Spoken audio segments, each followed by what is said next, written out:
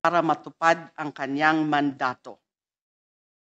We therefore call on our colleagues in the House to swiftly pass this bill while strongly urging the President to certify this measure as urgent.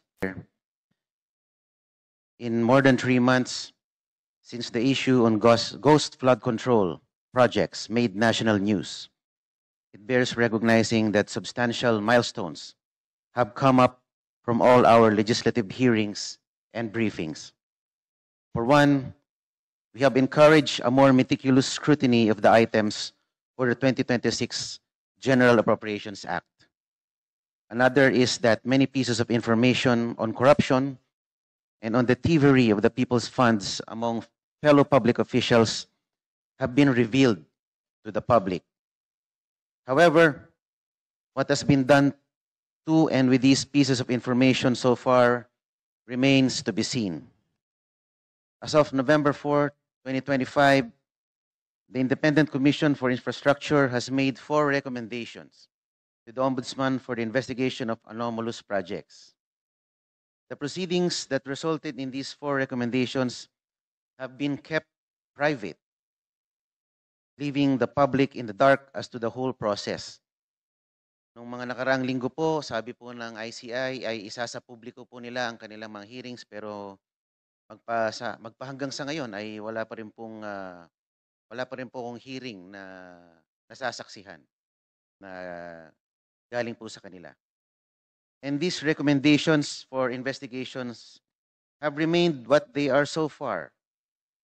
Rekomendasyon pa rin at mga orders for submissions of counter affidavits that are being refused acceptance.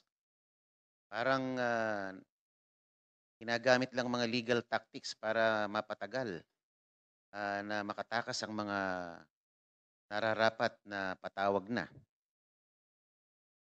Panay tayo issue ng subpoena, ngunit dahil ito hindi tinatanggap, nananatiling at large pa rin yung mga dapat ipatawag. Samantalang napakarami ng mga overseas Filipinos na namamataan na yung mga tao, nalalaman, tinuturo sa atin kung saan namamalagi ang mga dapat pauwiin, pero wala pa rin tayong ginagawa. Alam nila kung saan yung hotel na namamalagi. Sabi nila, Centro Canalejas de Madrid. Pero hanggang ngayon, hindi pa rin natin napapauwi yung mga taong yun. While we understand the constitutional protection of being innocent until proven guilty beyond absolute doubt, the people demand for accountability. This call for accountability is not a mere public sentiment that we as leaders just acknowledge. It is a challenge and duty embodied in the Constitution's Article 11 and all its 18 sections. Public office is a public trust.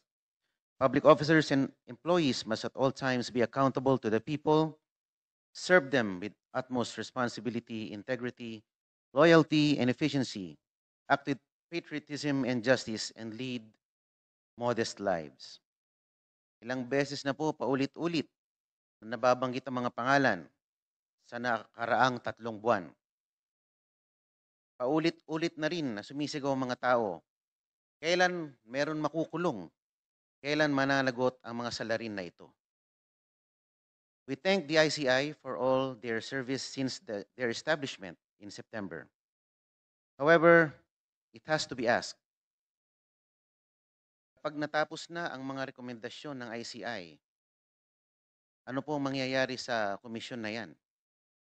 Ito po ba'y mabubuwag na pagkatapos ng mga rekomendasyon? At ano po ang recourse ng komisyon na ito now that some personalities publicly called out for involvement have merely left the country and refused to cooperate? Panay ang send natin na subpoena sa bahay. Alam naman natin na iniiwasan yung subpoena. At alam na natin, natunto na natin kung nasan siya ngayon. Ano pa ang mga susunod na hakbang na dapat nating tahakin? Hantay na lang ba natin sila? At wala tayong gagawin. Continuity and reliability as well as the power to enforce compliance with the legal procedure are just some of the many needs House Bill number 44536 seeks to address in the institutional fight against infrastructure corruption. We have to beat the allegations that the responsibility for justice has befallen upon the will of some people instead of emanating from the people. Ibalik natin sa tao ang kapangyarihan ng hustisya at integridad. Sabi nila, baka naman nawe-weaponize lang itong komisyon ito para habulin ng mga kalaban. Yung mga investigasyon, napupunta raw sa Davao. Wala naman flood control doon. Samantalang may mga flood control project sa Bicol. May mga ghost project na Coliseum sa Bicol at sa Iloilo. Bakit hindi yun ang iniimbestigahan? Balik po natin sa tao ang kapangyarihan ng hustisya at integridad. Again, we thank the Committee on Reorganization under the leadership of Congressman Plato for heeding our call and scheduling our House bills as soon as it did. Thank you as well to our resource persons. We hope to be productive in our meeting today. Thank you very much, Mr. Chair. Thank you, Congressman Mark Marcolita. Can Mr. Chair. I recognize kong San Fernando? Thank you, Mr. Chair. May I be allowed to deliver my sponsorship remarks? Thank you, Mr. Chair. Mga kasama, sa ating mga panauhin sa Committee on Reorganization, 106 days na po ang nakalipas. Binibilang ko, Mr. Chair. 106 days na po ang nakalipas mula nang nagsona ang Pangulong Bongbong Marcos. 84 days mula ng unang Blue Ribbon hearing. At 61 days mula nang nabuo ang Independent Commission for Infrastructure. Kalagpas 3 buwan na lumipas, wala pa rin nakukulong. Wala pa rin napapanagot. Totoo po, Mr. Chair, na hindi dapat madaliin ang mga proseso. Dapat matiyak na matibay at walang lusot ang sino mang masasampahan ng kaso patungkol sa flood control scandal. Pero hindi rin dapat ito maging dahilan para maging napakakupad ng paggulong ng hustisya at halos wala nang mapanagot sa greatest corruption scandal in recent history. Mr. Chair, mga kasama, sa nagdaang bagyong Tino at Uwan, 219 po ang naitalang namatay. 6.5 million ang bilang ng mga apektadong Pilipino at nasa 337 million pesos ang halaga ng pinsala sa kabuhayan at infrastruktura.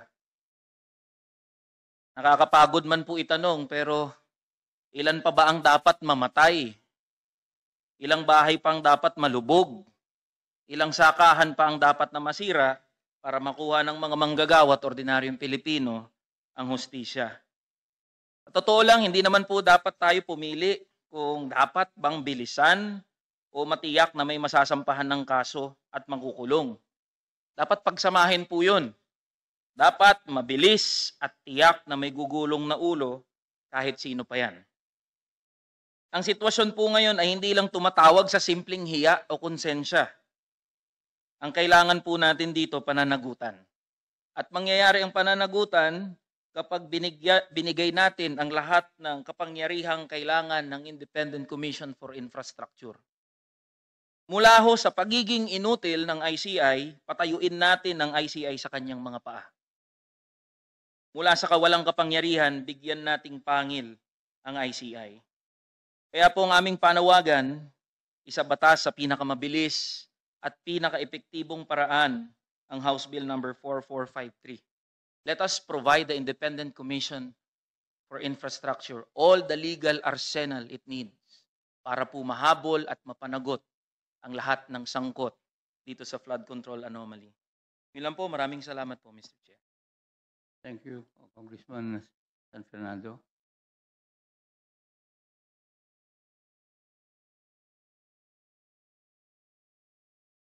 The other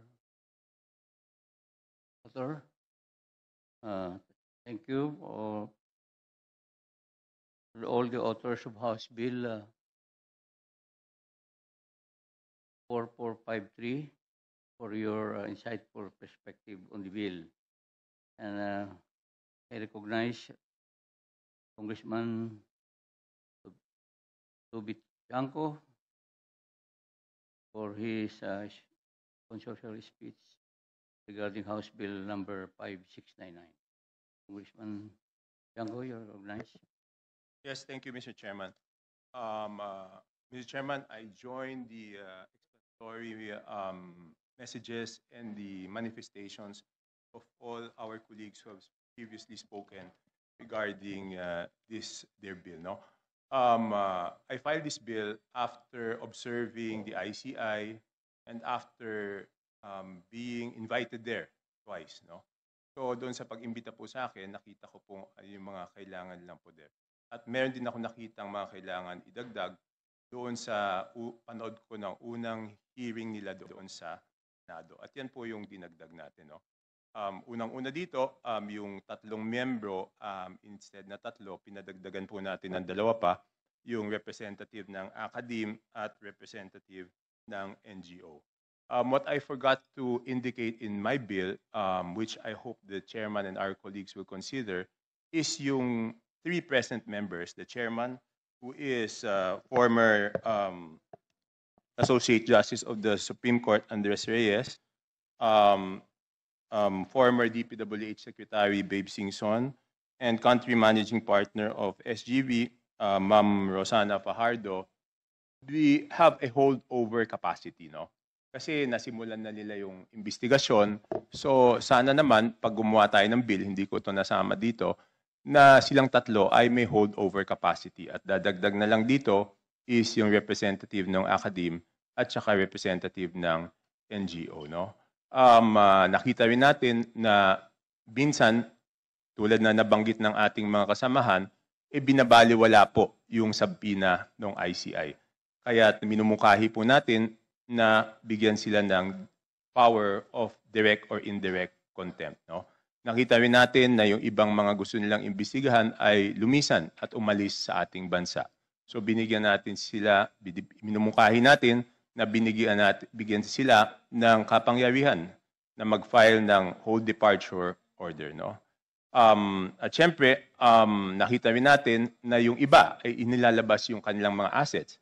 So binibigyan natin sila ng kapangyarihan to sequester and to attach monies and properties. No? At ito po, liliwanagin ko po, ito po ay hindi duplication ng trabaho ng Ombudsman o DOJ, kung hindi, tulong sa kanilang kapangyarihan. Noong pong hearing ng Senate, nakita ko rin po na humihiling sila ng exemption from criminal and civil liability. So ito po ay idinagdag natin sa minumungkahi po nating batas. No? So yun lang po, Mr. Chairman. So sana po itong mga batas na ito ay mapasa sa lalong madaling panahon dahil tulad po ng sinasabi po ng ating mga kasamahan dito, medyo naiinip na po yung ating mga kababayan at kahit po magsumikap yung ICI, sila po ay nahahadlangan doon sa kakulangan ng kanilang powers. So pag binigyan po natin sila ng mas maraming powers, inaasahan po natin